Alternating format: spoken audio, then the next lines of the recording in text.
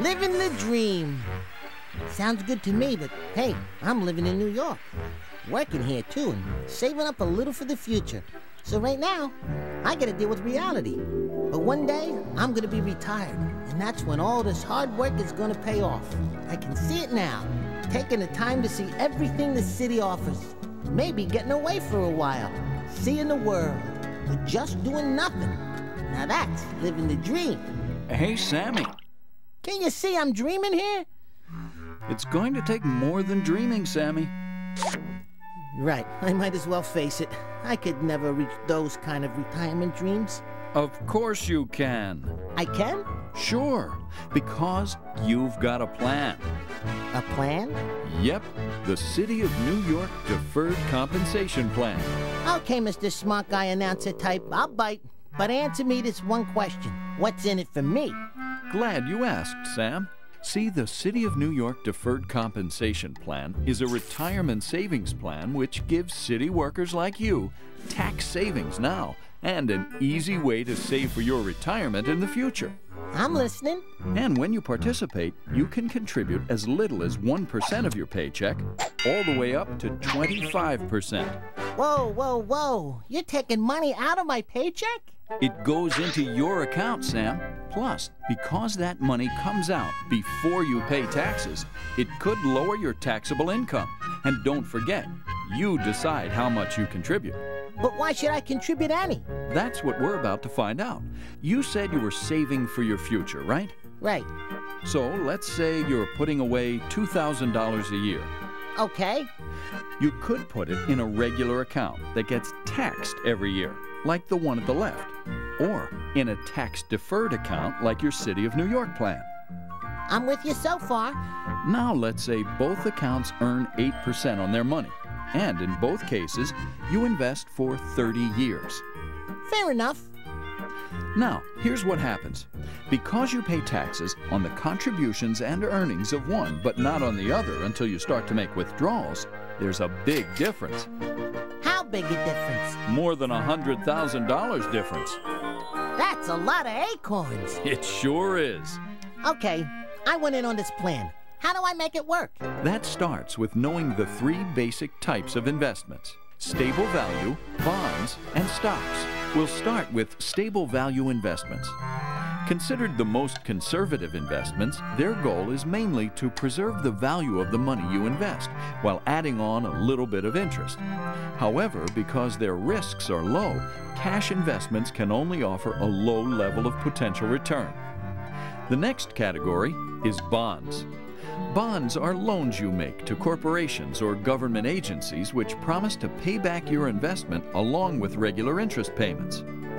Thought of as moderate investments, bonds have the goal of paying interest and increasing in value. Their moderate level of risk also gives them a moderate level of return. The third category is stocks, which are shares of ownership in a company or companies. Considered more aggressive, the goal of a stock fund is to increase the value of your investment. But because that value can go up or down depending on each company's performance, stocks carry a higher level of risk. However, that also means they offer a higher level of potential return. Now you're probably wondering, what level of risk and return has each type of investment provided? You know, I was wondering, what level of risk and return has each type of investment provided? Glad you thought of that, Sammy. Past results are no indication of future performance, but if you look over the last 30 years, you'll find that stable value investments offer the lowest risk and return. Bonds, which have a moderate level of risk, produced a higher return.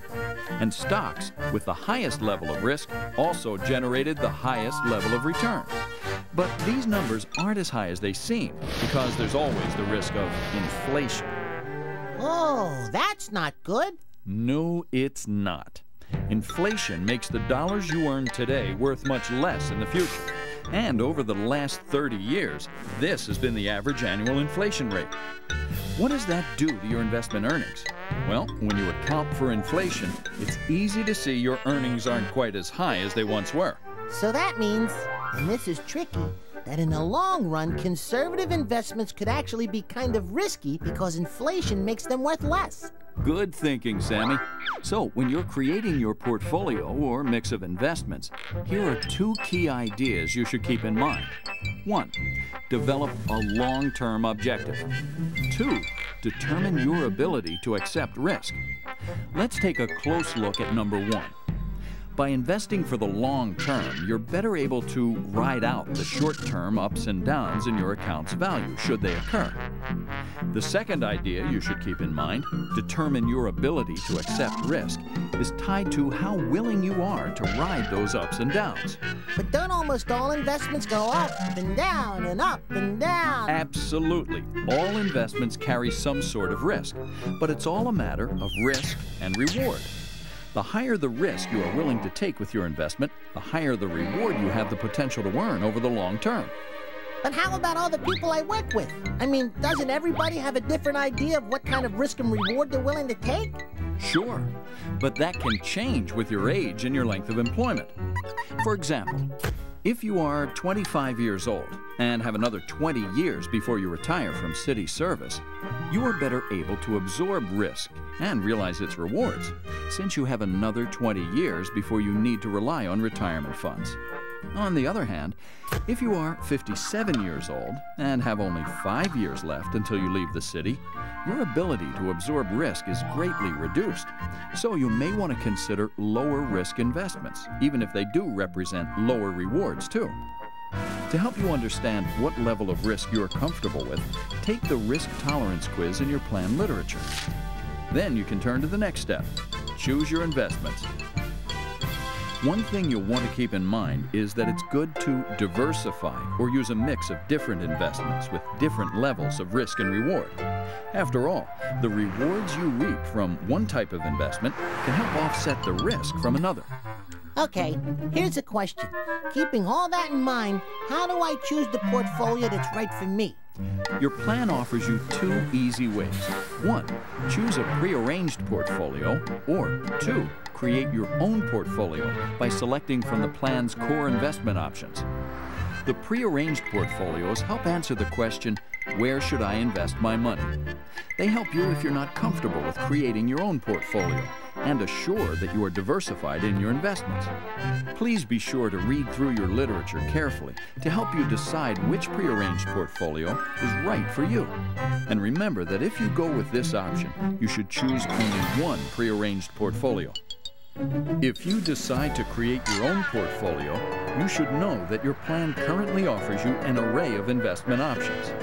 They cover the range of investments from funds with low risk, low reward potential, like the stable value fund, to funds with a high risk, high reward potential, like the stock funds. Exactly.